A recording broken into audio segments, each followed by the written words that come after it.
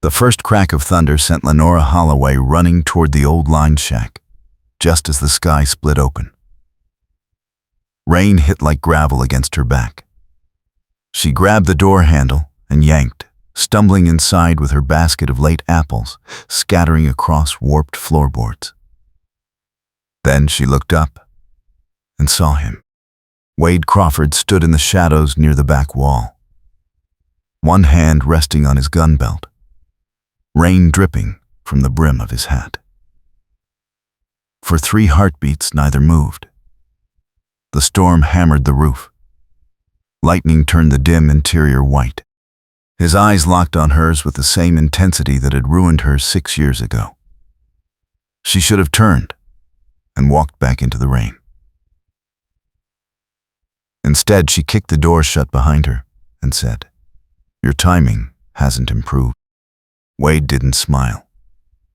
His jaw worked like he was chewing words he refused to say. Finally, he stepped forward into better light, and she saw how the years had carved him leaner, harder. The boy who'd promised her everything was gone. This man looked like he'd learned to survive on promises no one kept, he said. Didn't expect company. She bent to gather her apples, glad for an excuse to break eye contact. Her hands shook. She said, "Didn't expect you back in Black Gulch at all." He crouched and picked up an apple that had rolled near his boot, turned it over in his palm like he was examining evidence. When he handed it to her, their fingers brushed. "The contact burned," he said. "How long you planning to stay here?" She dropped the apple into her basket and stood. Outside, the storm was settling into a steady downpour. "The kind that lasted hours," she said, "until it's safe to ride back." He nodded slowly. Said, "That makes 2 of us." The silence stretched. Rain drummed. Somewhere in the distance, a shutter banged loose. Lenora walked to the single window and stared out at gray sheets of water, turning the prairie into a blur. She could feel him watching her back. 6 years ago, he'd ridden out of her life 3 days before their wedding without a word. She'd waited at the church in her mother's altered dress, while the whole town whispered. The humiliation had burned slower than rage, but twice as deep. She said, "Without turning, I heard you were in Arizona." Wade moved closer.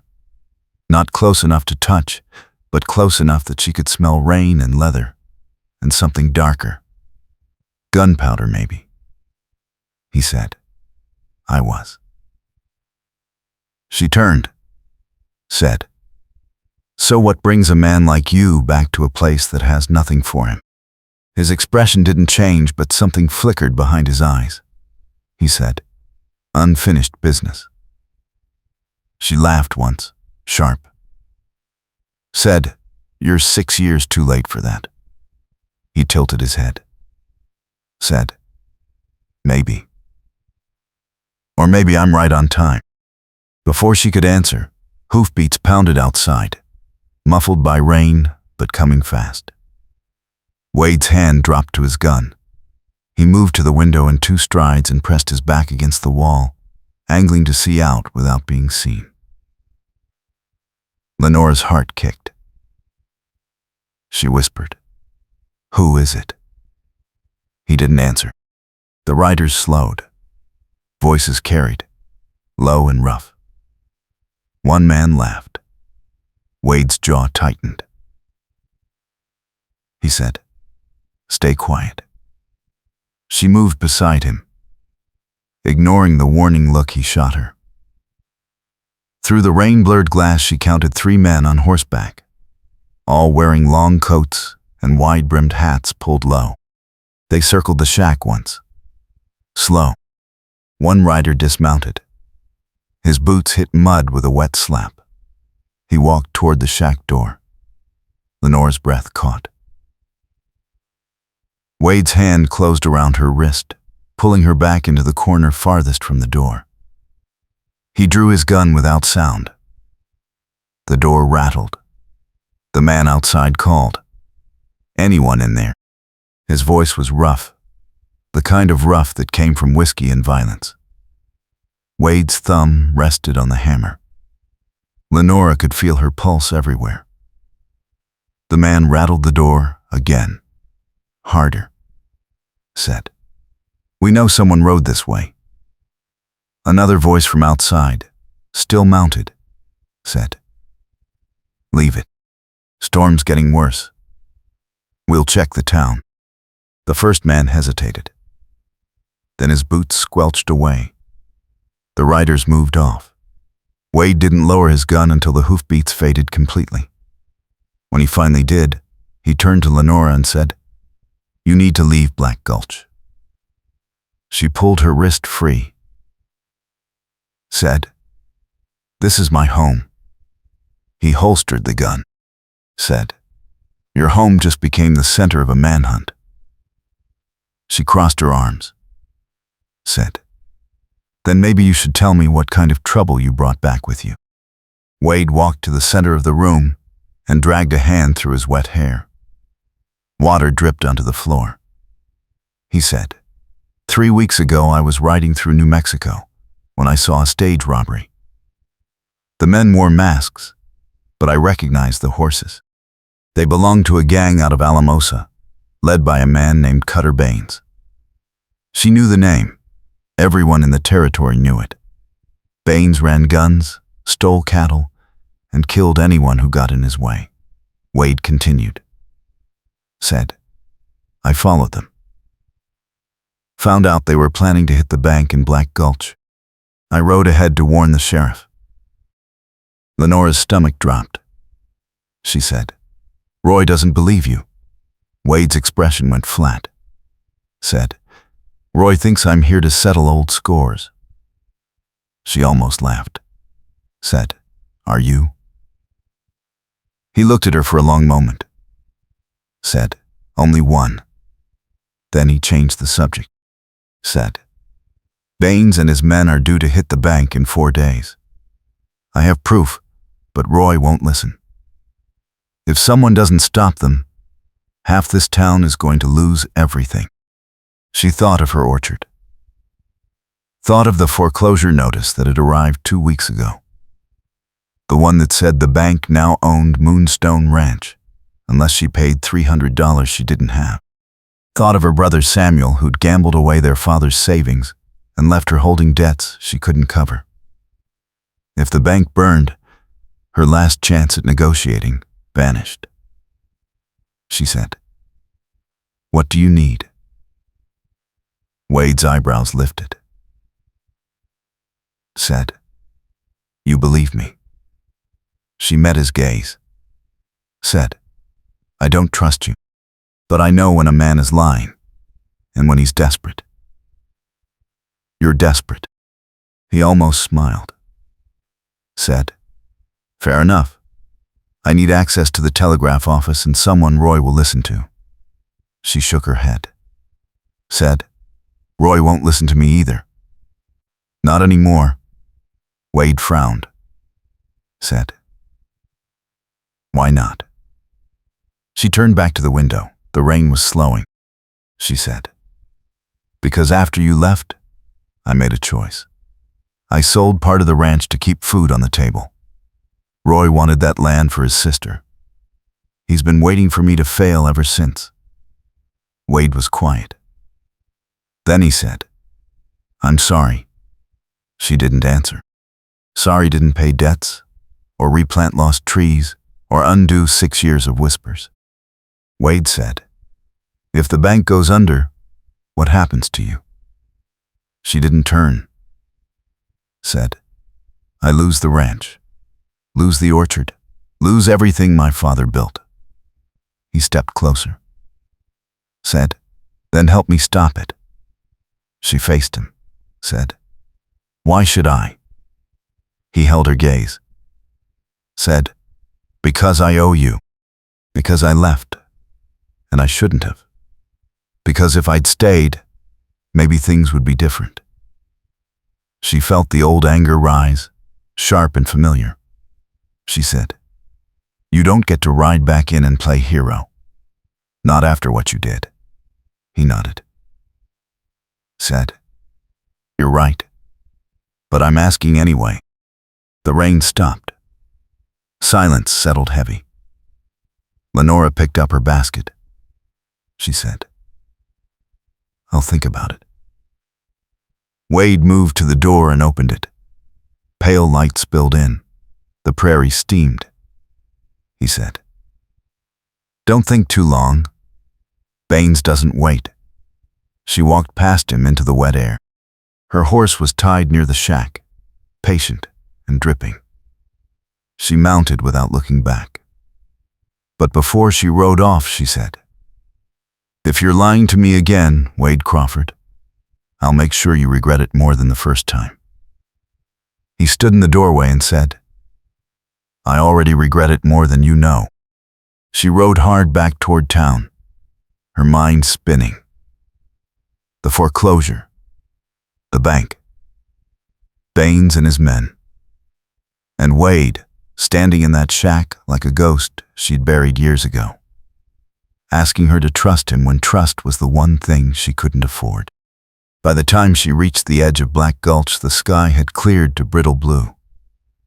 The main street was busy, wagons and riders moving through mud. She turned toward the Orchard Road but pulled up short when she saw Samuel waiting on the porch of the general store.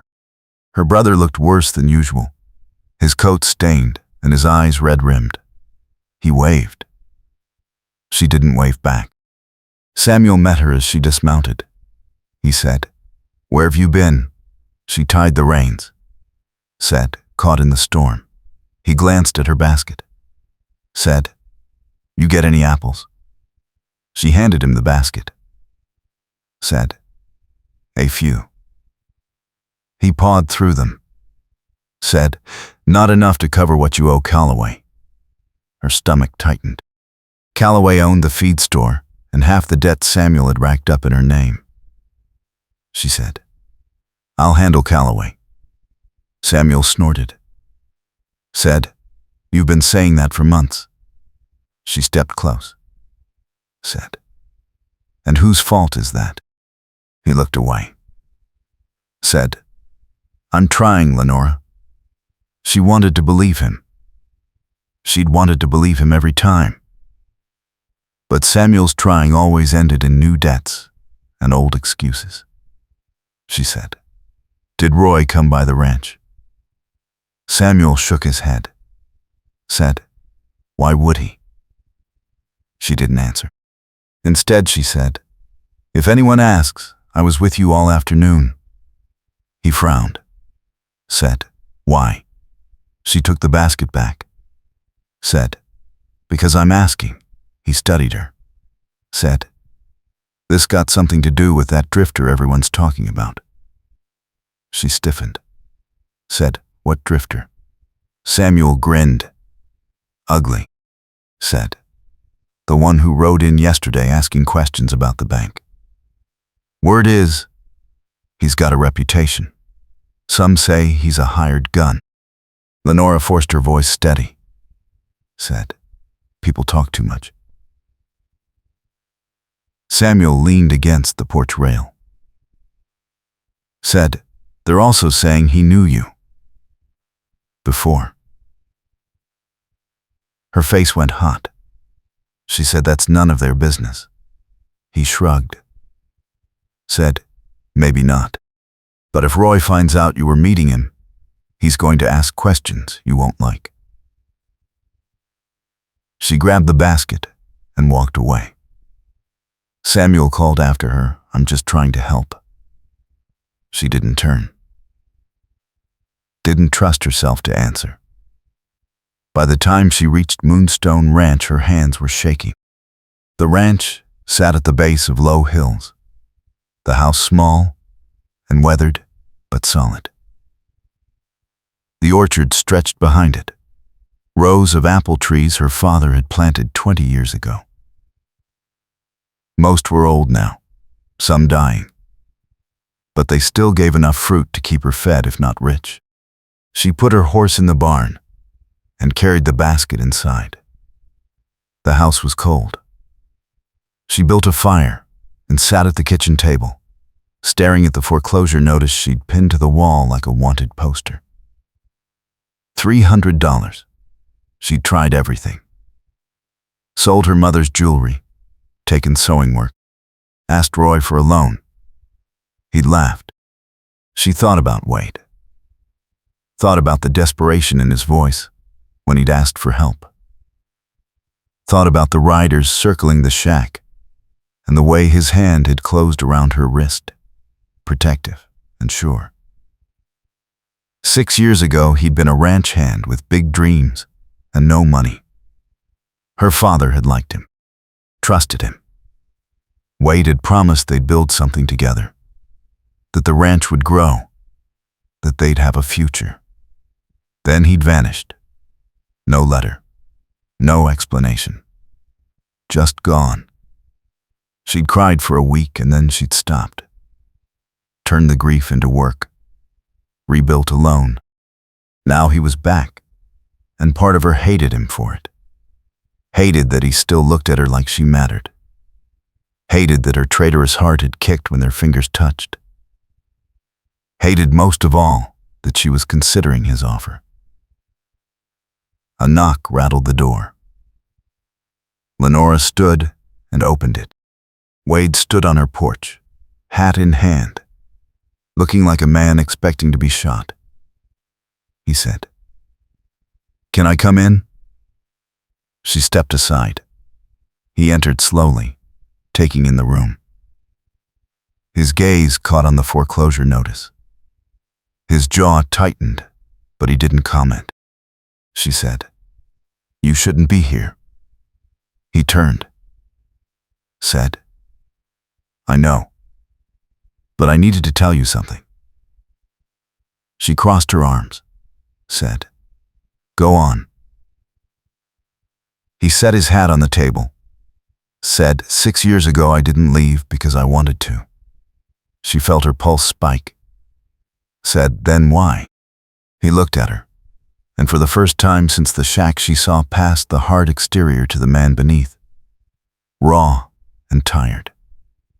He said, "Your brother came to me 2 days before the wedding.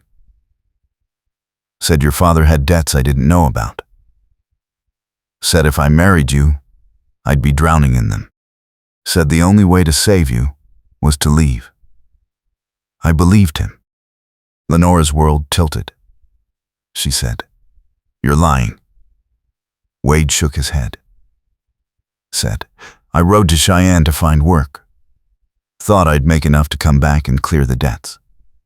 Prove I was worth the trouble. But by the time I had money, I heard you'd already sold part of the ranch. Heard you were managing fine without me. Figured I'd done you a favor by staying gone." She sat down hard. Her voice came out hoarse. Said, "Samuel told you that." Wade nodded.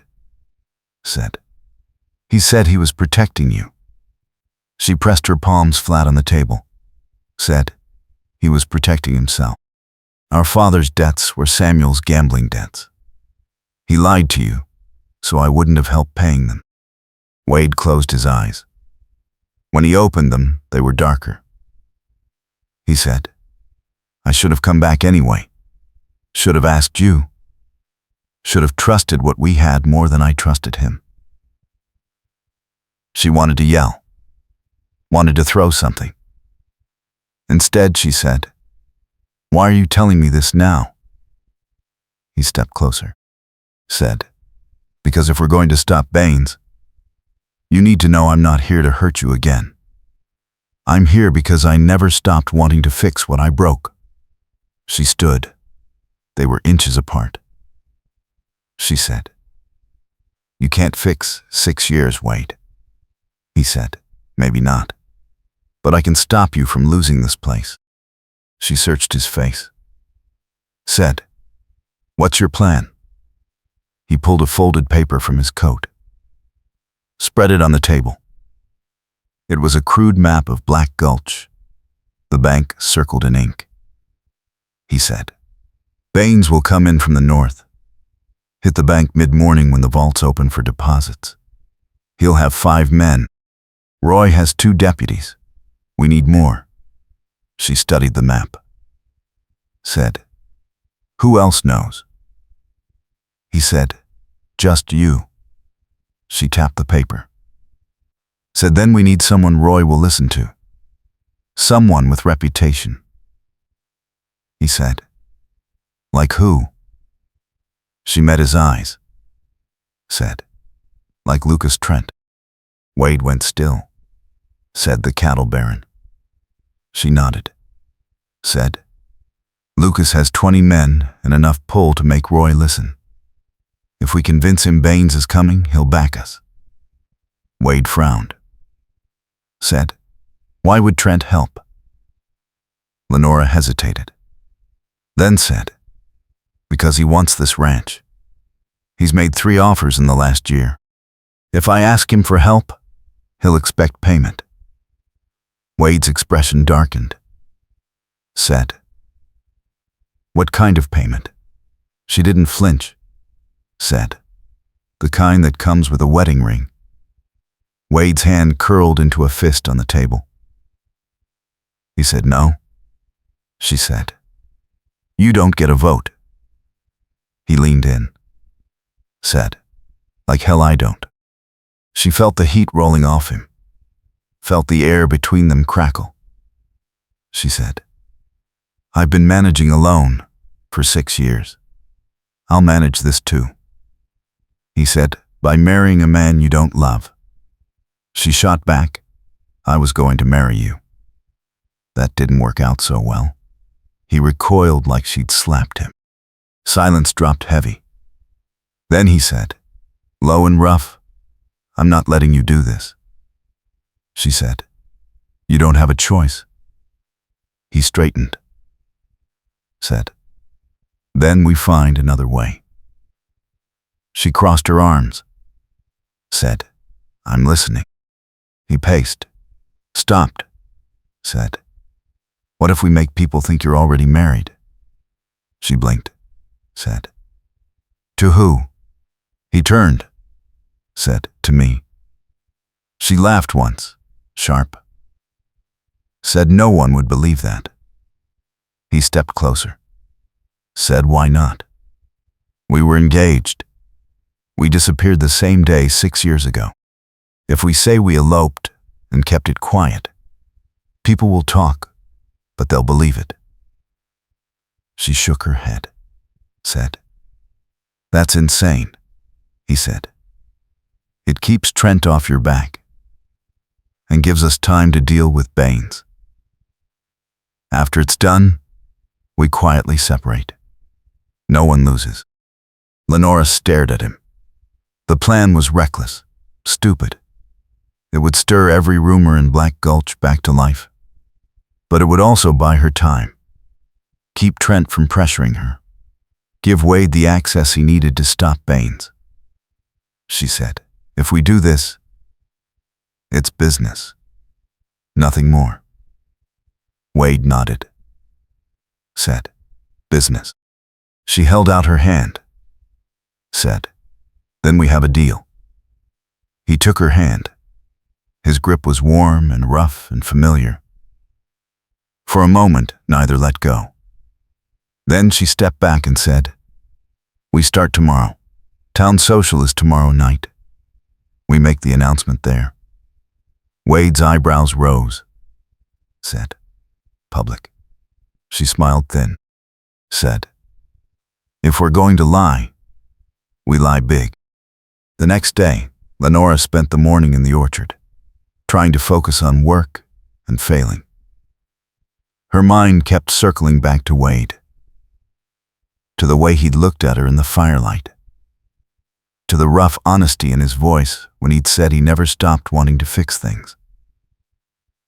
She told herself it didn't matter. Told herself this was survival, not forgiveness. By noon, she gave up on work and went inside to prepare. The town social was held every month in the church hall. Everyone came. It was the perfect stage. She pulled her best dress from the wardrobe, a deep blue wool with black trim her mother had sewn years ago. It still fit. She pinned her hair more carefully than usual, letting a few curls frame her face. When she looked in the small mirror, she barely recognized herself. She looked softer, younger, dangerous. She grabbed her shawl and headed into town. Wade was waiting outside the church, leaning against the rail in a dark coat she'd never seen him wear. He'd shaved, combed his hair. He looked almost respectable. Almost. When he saw her, his expression shifted, something unguarded passing through his eyes before he locked it down. He said, "You look." He stopped, started again, said, "You look good." She felt heat crawl up her neck, said, "So do you." He offered his arm. She took it. Together they walked into the hall. Conversation stuttered. Heads turned. Lenora felt every eye in the room lock onto them. Wade's arm was solid under her hand. He leaned close and whispered, "Ready?" She nodded. He led her to the center of the room where the musicians were setting up. Then he raised his voice and said, "Folks, Lenora and I have an announcement." The room went silent. Even the musicians stopped tuning. Wade continued, said, 6 years ago, Lenora and I left town together. We got married in Cheyenne. We've kept it quiet for reasons that are our own, but it's time people knew. Lenora Harris is Lenora Crawford. The silence stretched, then erupted. Voices overlapped, sharp with shock and speculation. Lenora saw Samuel near the back, his face purple. Saw Lucas Trent standing near the punch table, his jaw tight. Saw Roy watching from the doorway, his hand resting on his gun belt. Wade pulled Lenora closer, his hand settling on her waist. She felt the room tilt. He said, "We're here tonight to celebrate with you like we should have 6 years ago." A woman near the front, Mrs. Calloway from the feed store, called out, "Why keep it secret all this time?" Wade didn't miss a beat. Said, "We had our reasons, private ones. But we're not hiding anymore." Lenora forced herself to smile, to lean into Wade like this was real, like her heart wasn't hammering. Roy pushed through the crowd. He stopped in front of them and said, "That's a hell of a story, Crawford." Wade met his gaze, said, "It's the truth." Roy looked at Lenora, said, "That right?" She lifted her chin, said, "Every word." Roy's mouth thinned. He said, "Convenient timing." Wade's hand tightened on Lenora's waist. Said, "Not looking for your approval, Sheriff. Just your respect." The two men stared at each other. Then Roy stepped back. Said, "We'll see how long this story holds." He walked away. The crowd began to murmur again, but the musicians started playing and slowly the hall returned to something like normalcy. Wade led Lenora to the edge of the dance floor. He said, "You all right?" She nodded. Said, "That was harder than I expected." He said, "We're not done yet." She frowned. He nodded toward Lucas Trent, who was walking toward them with deliberate purpose. Trent was a big man, broad-shouldered and silver-haired, with the kind of confidence that came from owning half the county. He stopped in front of Lenora and said, "Mrs. Crawford." His voice was smooth and cold. Lenora said, "Mr. Trent." He smiled without warmth. Said, "I didn't realize you were already spoken for." She met his gaze. Said, "Now you do." Trent glanced at Wade. Said, "Funny how a husband shows up right when a foreclosure notice arrives." Wade said, "Funny how you knew about that notice." Trent's smile sharpened. Said, "I make it my business to know." Wade said, "Then you also know the bank's got trouble coming." Trent's expression didn't change. Said, "What kind of trouble?" Wade lowered his voice. Said, "The kind that ends with your money burning." Trent's eyes narrowed. He said, "You making threats?" Wade shook his head. Said, "Warning. There's a gang planning to hit the bank in 3 days. If you want to keep your deposits, you'll help us stop them." Trent studied Wade. Then said, "Why should I believe you?" Wade said, "Because you're smart enough to know what happens when a man like Cutter Baines comes to town." Trent went still. Said, "Baines." Wade nodded. Trent looked at Lenora. Said, "You involved in this?" She said, "I am." He was quiet. Then he said, "If you're lying to me, Crawford, I'll see you hang." Wade said, "If I'm lying, you can hold the rope." Trent turned and walked away. Wade exhaled. Lenora said, "Do you think he believed you?" Wade said, "He's scared enough to check. That's all we need." The music swelled. Wade offered his hand. Said, "Dance with me." She hesitated. He said, "We need to sell this." She took his hand. He led her onto the floor and pulled her close, one hand on her waist, the other holding hers. They moved together and it felt terrifyingly easy, like 6 years had collapsed into nothing. She said, "This doesn't mean I forgive you," he said. "I know," she said. "I'm still angry." He said, "You should be." She looked up at him. Said, "Then why does this feel like it used to?" He met her eyes. Said, "Because some things don't change, no matter how much time passes." Her breath caught. The music slowed. He pulled her closer. She let him. When the song ended, they stepped apart. Lenora's hands were shaking. She said, "I need air." Wade nodded. She walked outside onto the church steps. The night was cool and clear, stars scattered thick. She heard footsteps behind her. Turned. Samuel stood there, his face twisted. He said, "What the hell are you doing?" She straightened. Said, "What I have to." He grabbed her arm. Said, "You married him. After what he did." She yanked free. Said, "You don't get to judge me. Not after what you did." He stepped back. Said, "What's that supposed to mean?" She said, "Wade told me. Told me how you lied to him 6 years ago. Told him father's debts were too big. Drove him away so you wouldn't have to face what you'd done." Samuel's face went white.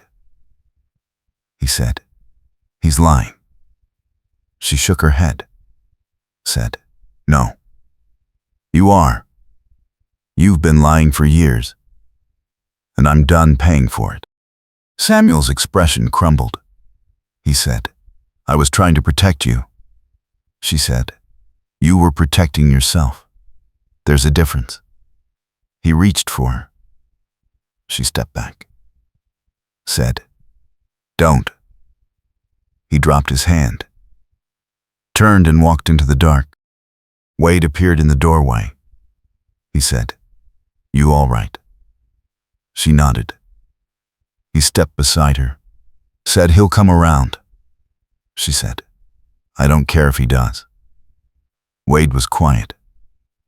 Then he said, yes, you do. She looked at him, he said.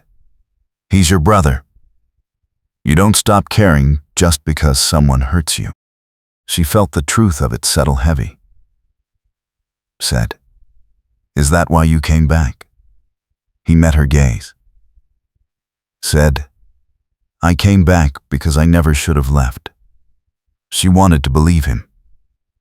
Wanted it so badly it scared her. They stood in silence. Then Wade said, Trent's organizing a meeting tomorrow at his ranch. Wants to hear the full story. If we convince him, he'll back us against Baines. Lenora nodded. Said, then we go. Wade said together. She said, together. He offered his arm. She took it. They walked back inside. The rest of the night passed in a blur of careful smiles and whispered speculation. By the time Lenora returned to Moonstone Ranch, she was exhausted. She fell into bed still wearing her dress, too tired to undress. Sleep came fast, but restless. She woke to pounding on the door. Pale dawn light filled the room. She stumbled to the door and opened it. Wade stood there, his face grim. He said, we've got a problem. She stepped aside. He came in. Said, Baines moved up his timeline. He's hitting the bank this morning. Lenora's stomach dropped. Said, how do you know? Wade said, I have a man watching the gang. He rode in an hour ago. Said Baines and his crew left their camp before dawn. They'll be here by noon. Lenora grabbed her coat. Said, we need to warn Roy. Wade shook his head. Said, Roy won't move without proof. We need Trent. She said, Trent's ranch is an hour ride. Wade said, then we ride fast.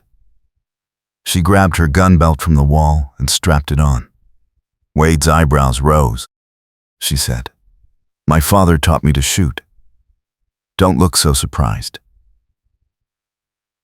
He almost smiled. Said, I'm not. They rode hard, pushing the horses to the edge of endurance. The sun climbed. Dust rose. By the time they reached Trent's sprawling ranch house, the morning was half gone. Trent met them on the porch, flanked by two of his men. He said, you're early. Wade dismounted. Said, Baines is coming today. Noon. Trent's expression hardened. He said, you sure? Wade nodded. Said, my source is solid. Trent looked at Lenora. Said, you trust him. She met his gaze. Said, with my life. Trent considered. Then he turned to his men. Said, gather everyone. Full arms. We ride for town in 10 minutes. The men scattered. Trent looked back at Wade. Said, if you're wrong, we're done. Wade said, I'm not wrong. They rode back to Black Gulch with 20 armed men. The town was quiet when they arrived. Too quiet. Wade led them to the sheriff's office. Roy stood in the doorway, arms crossed. He said, what's this? Wade dismounted. Said, Baines is coming. Roy's mouth thinned. Said, you've been saying that for days. Wade said, he's coming now. Within the hour. Roy looked at Trent. Said, you believe him? Trent said, enough to risk my men. Roy swore under his breath. Then he said, fine. We set up positions. But if this is a trick, Crawford, I'll see you in chains. Wade nodded. Roy started barking orders. Men scattered, taking positions along the main street. Lenora found herself crouched behind a water trough with Wade beside her. He checked his gun. She did the same. He said, "Stay low. If shooting starts, get inside." She said, "I'm not hiding." He looked at her, said, "I know. That's what scares me." She met his gaze, said, "You don't get to protect me from everything." He said, "I can try." Before she could answer, a shout went up from the north end of town. Riders appeared, 5 men on dark horses, moving fast. Baines rode at the front, a big man with a scarred face and a rifle across his saddle.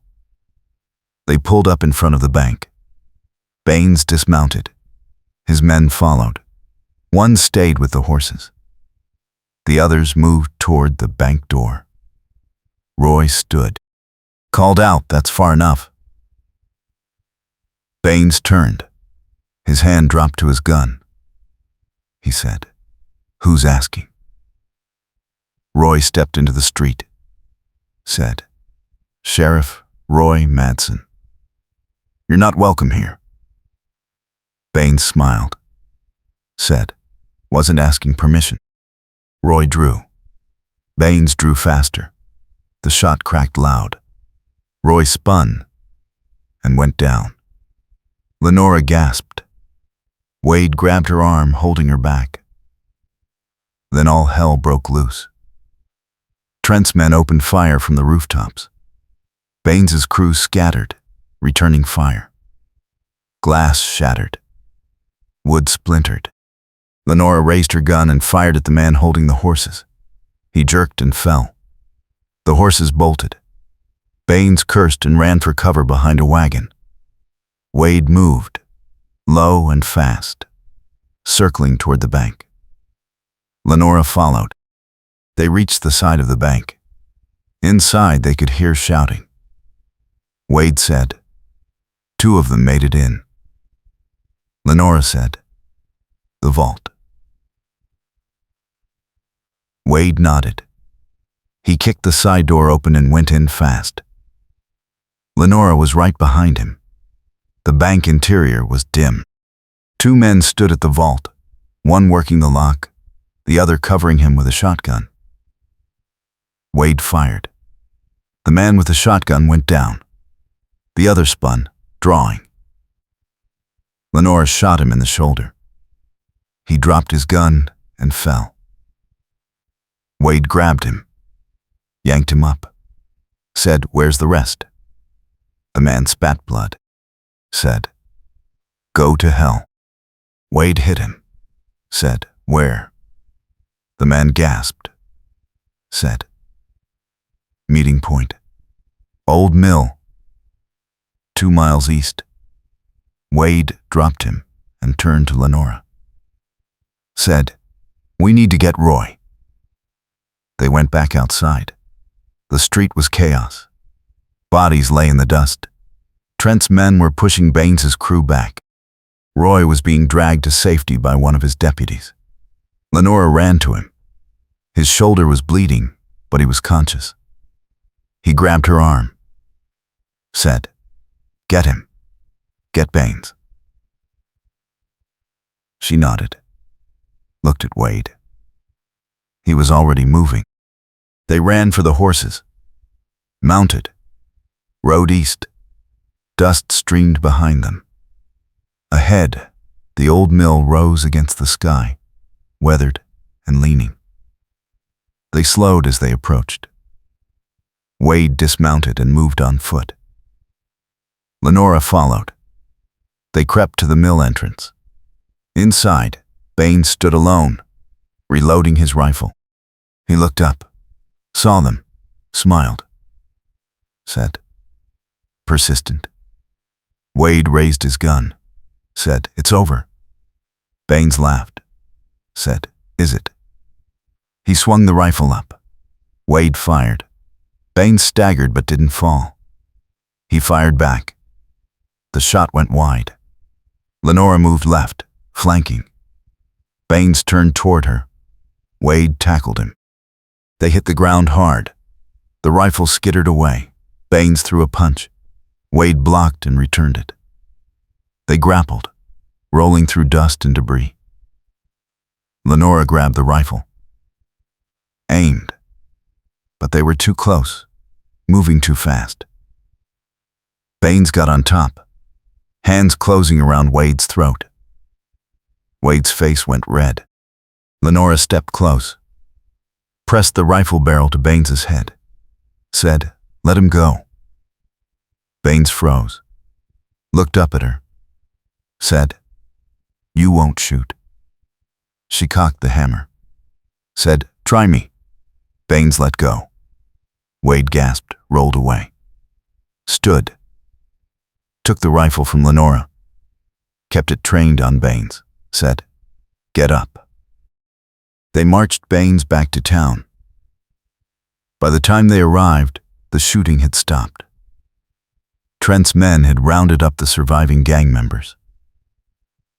Roy was sitting against a post, his shoulder bandaged. When he saw Baines, his expression went hard. He said, "Lock him up." 2 deputies dragged Baines toward the jail. Roy looked at Wade, said, "I was wrong about you." Wade nodded, said, "Wouldn't be the first time." Roy almost smiled. Then he looked at Lenora, said, "You did good," she said. "So did you." He waved them off, said, "Get out of here. You both look like hell." They walked back to Moonstone Ranch in silence, too tired to talk. The sun was setting, painting the sky red and gold. When they reached the house, Lenora stopped on the porch.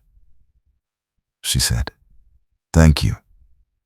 Wade turned, said, "For what?" She said, "For coming back. For stopping Baines. For." She stopped. He stepped closer, said, "For what?" She met his eyes, said, "For not leaving again." He reached up, touched her face, said, "I'm not going anywhere." She leaned into his hand, said, "Promise." He said, "Promise." She kissed him, soft at first, then deeper. 6 years of anger and longing and fear poured into it. He pulled her close, one hand in her hair, the other on her back. When they finally broke apart, they were both breathing hard. She said, "I don't know if I can trust you." He said, "I'll spend the rest of my life earning it." She said, "That's a long time." He smiled, said, "I've got nowhere else to be." She laughed, shaky, said, "Then I guess you're staying." He said, "If you'll have me." She kissed him again, said, "I'll have you." The next morning, Lenora woke in Wade's arms. Sunlight streamed through the window. She turned and found him watching her. He said, "Morning." She said, "Morning." He brushed hair from her face, said, "We need to talk about the marriage." She tensed. He said, "The fake one." She relaxed, said, "What about it?" He said, "I want to make it real." She sat up, said, "What?" He sat up too, said, "I know we started this as a bargain, but it stopped feeling like pretend somewhere along the way. At least for me." She stared at him. He said, "If you don't feel the same, I'll understand. But I'm asking. Marry me. For real this time."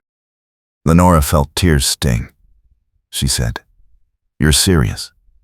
He took her hand, said, "I've never been more serious about anything." She looked at their joined hands, thought about the years alone, the debts, the fear, the slow rebuilding, thought about how it felt to have someone beside her again. Someone who knew her, who'd seen her at her worst and stayed anyway. She said, yes. He blinked, said, yes. She smiled, said, yes. I'll marry you. For real. He pulled her into his arms and kissed her until she forgot every reason she'd ever had to doubt. They were married a week later in the same church where they'd made their announcement. This time, it was real. Lenora wore her mother's dress, altered to fit. Wade wore a new coat Lucas Trent had quietly paid for as a wedding gift. Roy stood as witness. Even Samuel came, sober and quiet, standing at the back. When the Reverend said, "You may kiss your bride," Wade did, slow and sure, while the whole town watched. Afterward, there was a meal at the church hall. Music, dancing, laughter. Lucas Trent approached them during the dancing. He said, "I hear the bank is staying open." Wade nodded, said deposits are secure. Trent looked at Lenora, said, "And the foreclosure?" She said, "Paid in full." Trent's eyebrows rose. Wade said, "Baines had a price on his head.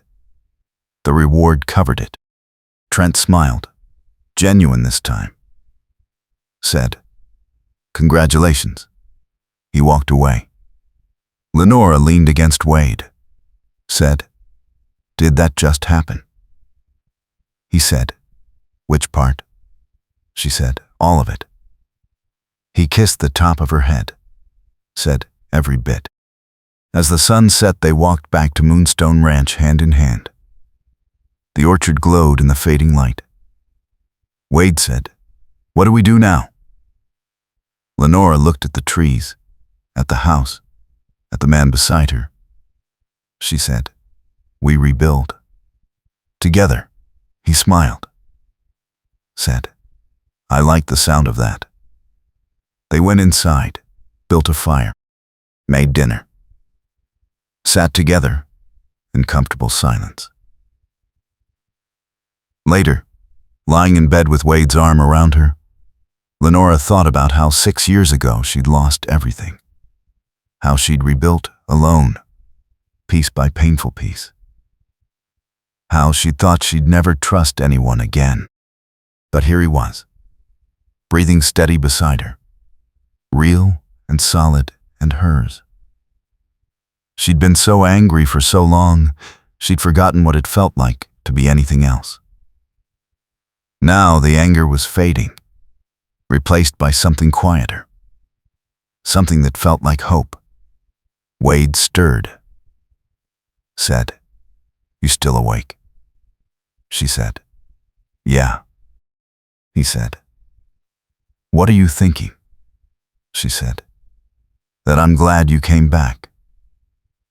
He tightened his arm around her, said, "Me too." She closed her eyes, said, "Don't leave again." He said, "Never." She believed him. The seasons turned. Winter came and went. Spring brought new growth to the orchard. Wade worked beside her, pruning and planting, his hands learning the rhythm of the land. Samuel came around less, but when he did, he was sober. Trying. Lenora didn't forgive him all at once, but she let him help sometimes. Let him prove he meant it. Roy stopped by occasionally, gruff but friendly, to check on them. Lucas Trent sent a note offering to buy apples at fair price when harvest came. Things weren't perfect, but they were good. Better than good. One evening in late spring, Lenora stood in the orchard watching the sunset. Wade came up behind her and wrapped his arms around her waist. He said, "You happy?" She leaned back against him, said, "Yeah, I am." He kissed her temple, said, "Good." She turned in his arms, said, "Thank you." He frowned, said, "For what?" She said, "For coming back, for fighting for us, for staying." He cupped her face, said, "You don't have to thank me for that. I'm exactly where I want to be." She smiled, said, "So am I." They stood together as the sun sank and the stars came out. The orchard smelled like blossoms. The house behind them glowed with lamplight. Somewhere in the distance, a coyote called. Wade said, "I love you." Lenora looked up at him, said, "I love you too." He kissed her, slow and sweet, and full of promise. When they finally pulled apart, he said, "Let's go inside." She took his hand, said, "Let's."